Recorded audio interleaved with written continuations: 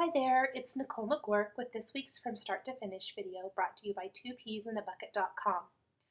This week's layout features the design principle of proportion or scale. And this is part of the design school feature going on now at 2 Peas in a Bucket. And I divided my page right down the center and created two 6x12 sections that are pretty evenly balanced between the two sides, between the photos and the journaling and the title. So first I'm going to talk about my supplies and then I'll put the page together. This week I have a layout that's going to feature 7 photos, and I've got 2 little photo strips here with 2x3 photos, and they each have 3 photos on them. And then I have just a standard 4x6 photo. And then for my papers, I pulled directly from my photographs of my little boy wearing his little superhero cape. And I grabbed this really nice navy paper from Echo Park. This is from their Dots and Stripes collection. I guess I should start here. I'm going to be using some craft cardstock as well. So I've got my craft cardstock and my navy paper from Echo Park. From October Afternoon, this is from the Boarding Pass collection, which, even though this is a more travel themed layout, this herringbone design here works for anything, which it has both the blue and the aqua blue. Also from the Boarding Pass collection, I have this really nice polka dot, and it does have a little bit of a text in the background, but I thought that I liked all the bright primary colors in this one. This is another paper from October Afternoon's Boarding Pass, and it's just a really nice graph type paper on cream. And then this is a really nice yellow kind of grid design paper with a little navy stripe in it, also from October Afternoon's Boarding Pass. And then from Pink Paisley, this is the Hometown Summer collection. It's a red paper with little white stars, which I've used in little pieces before, but I liked it because it pulled some of the reds and stuff out of this. So I have that and my photos. I did grab a little scrap of vellum that I had because I'm going to be using a little bit of vellum. I die cut my title, and I die cut it out of craft, but I'm not exactly sure that it's going to stay that way. I might be doing something different. And it says superhero stuff. This is a design from the Silhouette online store, which obviously coordinates with my page. I already have my journaling printed on some craft cardstock. Then these are from Becky Higgins' Project Life Kit. They're the little journaling cards. And because I've failed epically at keeping up with my project life, I'm going to go ahead and use my cards just on my scrapbook page layouts and things. I love the little tabs. This one says love this one, love this, and this one says just some notes. So these will be fun to use as journaling or accents on my page. I pulled out this little flare from October Afternoon. It's from an older collection. It says POW. I thought that would be nice for a page about superheroes. Little embellishments like clips and brads. And then I have this star die from Sizzix, and it just has several sizes of stars, and I'm going to be die cutting some of those. And I pulled this out. I'm not sure if I'll use it or not. It's a definition stamp from Bella Boulevard for Happiness, and I thought it would be cute to add some stamped elements to that largest star. So these are some of the things I'm going to be using, and let's go ahead and get started. So the first thing I'm doing is simply trimming the 2 sides that I'm going to use for the background of my page into 6x12 sections. Now this is quite a bit different. I guess I shouldn't say quite a bit different, but this is a little bit different than how I do a lot of my pages, or how I've done quite a few of my pages recently. And I'm doing everything more in vertical columns than horizontally. So basically I'm just separating the 2 sides of the layout into 6x12 sections, and then I'm going to balance them by adding my elements to each side of the page. So on one side I've got some October Afternoon paper from their boarding pass collection, and on the other side I have the Echo Park paper that's more of a tone-on-tone solid. I'm going to simply lay out some of my pieces now to make sure I kind of like the look of this, and then I will start putting it all together. So on the left side, I'm going to have one of the photo strips with the 2x3 photos and my large 4x6 photo and my journaling. Then on the right side, I'm going to have my other photo strip, and then I will add the title over there above it and add a few embellishments and things. So you can kind of see how I'm creating the proportion and scale of my layout. Everything on my page is relatively the same size. So in terms of scale, everything is very similar. There's lots of different ways you can approach this design principle. Like you could do a super huge title and a bunch of tiny photos, or maybe a really big photo and everything else on the page is really small. For my page, I chose to kind of make everything very similar in size, so everything is very balanced in that way.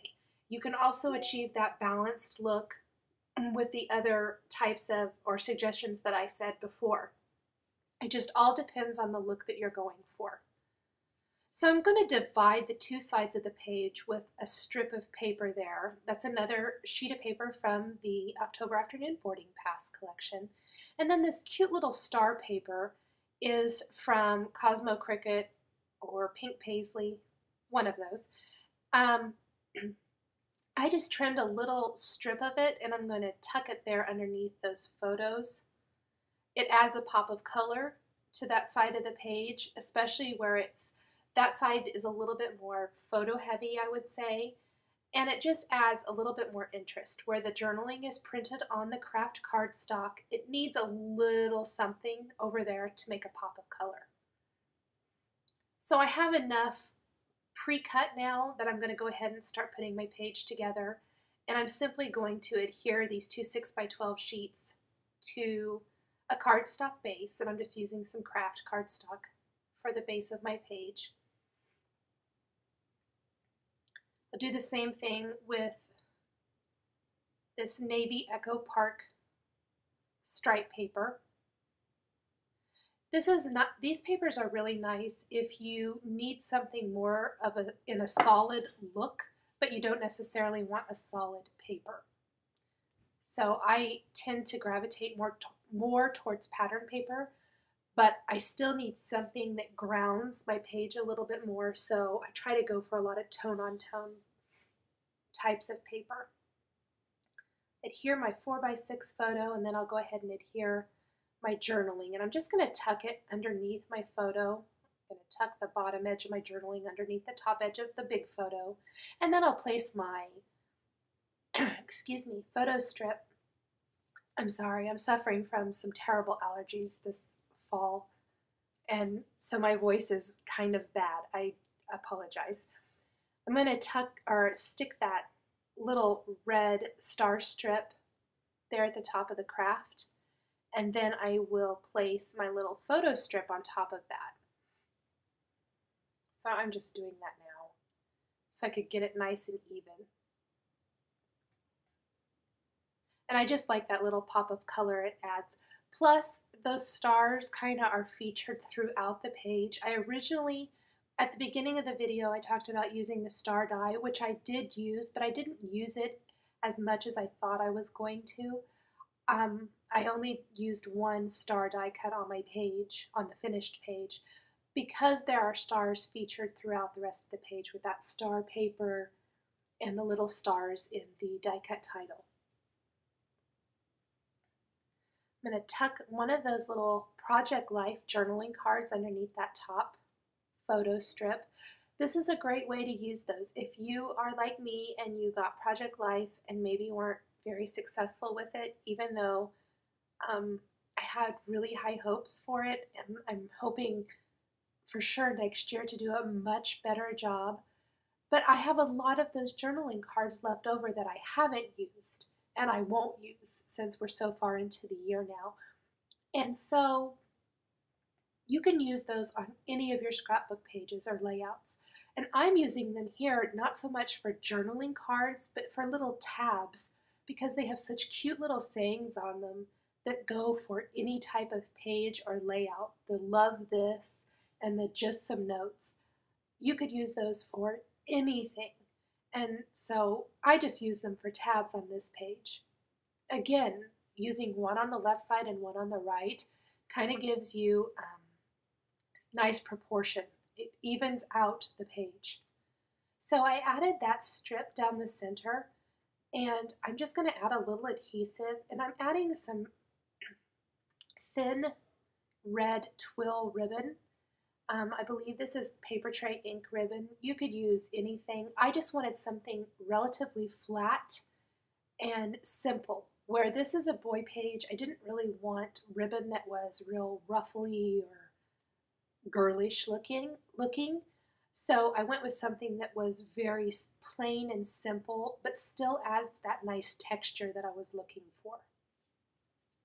Plus it helps add that nice pop of red color.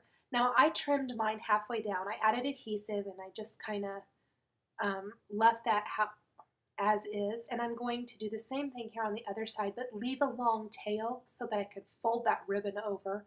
I like the look of it, like it's wrapped around and secured.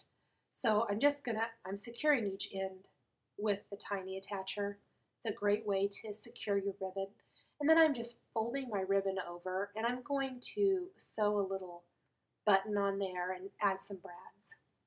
So I think these little plaid buttons from My Mind's Eye are really cute. There's a blue and white check or blue and cream check one and red and cream check. So I'm trying to decide which one I want to use here. I think I'm going to go with the blue. But this is just a fun way to add some texture and interest to your page. So I'm just going to secure that with some string and a needle, sew that on, and then I always just tie mine off in the back. Those buttons serve two purposes. They're decorative and look really cute and great, but when you sew them on like this, it really secures, in this instance, my ribbon to my page. I don't have to worry about using some other sort of adhesive to make that little loop stay where it is. This keeps it there.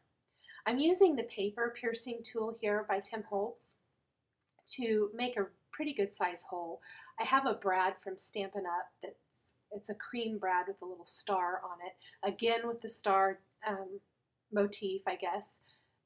It's kind of shown throughout the whole page. So I just poked that through really good and made a nice size hole. And that just adds more decorative element right there to that center section of my page.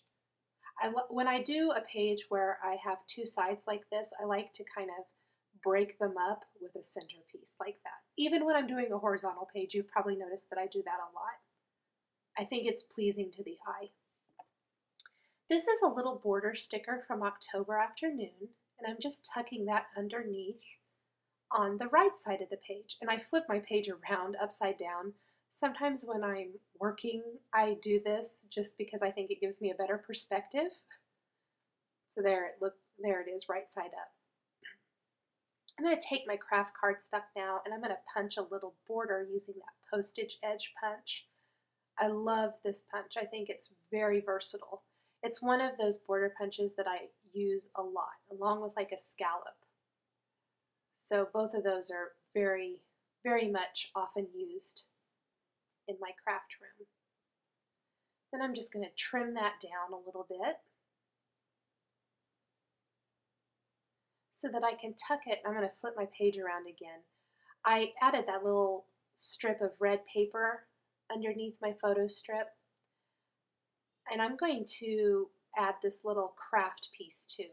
Because I have some craft going on the left side of the page with the journaling, I wanted to add just another touch of the craft paper to the right side of the page. So this little punched border helps give me that nice balanced look.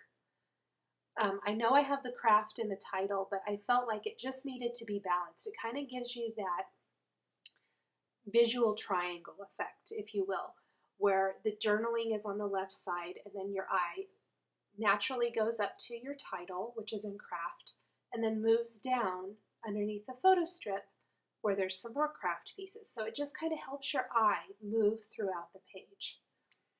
Okay, I did die cut one of those stars. I left that part of the video out because I was doing something else and it didn't work out. So I did die cut that out of some of the yellow October Afternoon paper, and I punched a circle from vellum. Now this is a rub-on from Cosmo Cricut, I believe, and it's older. It's from some collection that's not available anymore. But I love being able to grab some of my older product, if you will, and incorporate it into newer pages with other new product, like the October Afternoon boarding pass line is new and things like that. Don't be afraid to go to your stash and find things that coordinate with what you're working on and use those things up. I love these boy rub-ons, and I just haven't had an opportunity to use very many of them. And I was looking through my boy file folder in my studio, and I came across these and thought that they would make an adorable kind of subtitle to my die cut title. And I really think it adds to the look. So I'm just moving things around. I am going to spritz my craft title with a little of the white Mr. Huey ink from Studio Calico. I kind of got too much white ink there, so I'm going to dab a little of that off, and then I'll let that dry. So I trimmed my rub-on from the rub-on sheet. When you're working with rub-ons, I know rub-ons aren't quite as in vogue as they were a couple of years ago, but you don't want to transfer all of the rub-ons from your sheet. So trim out the one that you're going to use, and that way you don't ruin your entire sheet of rub-ons. And then just carefully peel up one corner, and if it hasn't all transferred, lay it back down and keep rubbing until it has all transferred.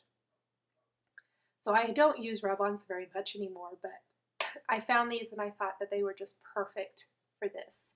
And I was really glad I had held on to these. Need to get that on there. So then I'm going to go ahead, and I have adhered my title now with some spray adhesive. I've gotten lots and lots of questions about the spray adhesive I use, and I really like the Krylon spray adhesive. I know it's kind of hit or miss where you can find it. Sometimes I can find it at Hobby Lobby and sometimes I can't. Sometimes I just use their generic brand of spray adhesive if I can't find it. But you can, do a search online too. Here's the spray adhesive I use. It's my favorite. I really think it's my personal favorite, the one I like the best. So I adhered all my die cut title there with the spray adhesive. I'm just going to add a little adhesive to my star now and adhere it down there at the bottom of the right side of the page. Now, because I'm going to put something over the vellum, I went ahead and just added my adhesive right to the middle of the vellum, and then I'm placing that American Crafts flare right over it. So it's hidden. So don't worry, you don't have to worry about hiding your adhesive when you do it this way. Excuse me, I'm sorry.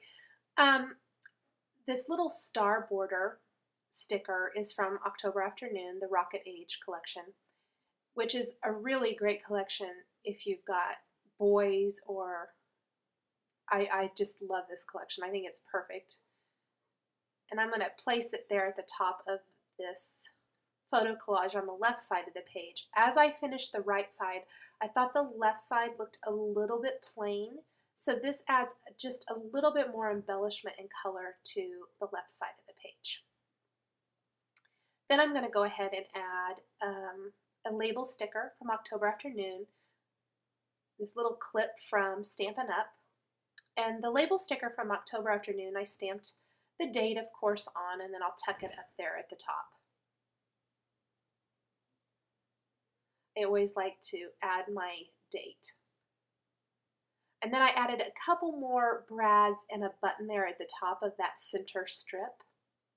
And that is it. For more information on this week's layout, please visit twopiesinAbucket.com on September 7th, 2011 in the Designer Garden under From Start to Finish videos. Thanks for watching. We'll see you next week.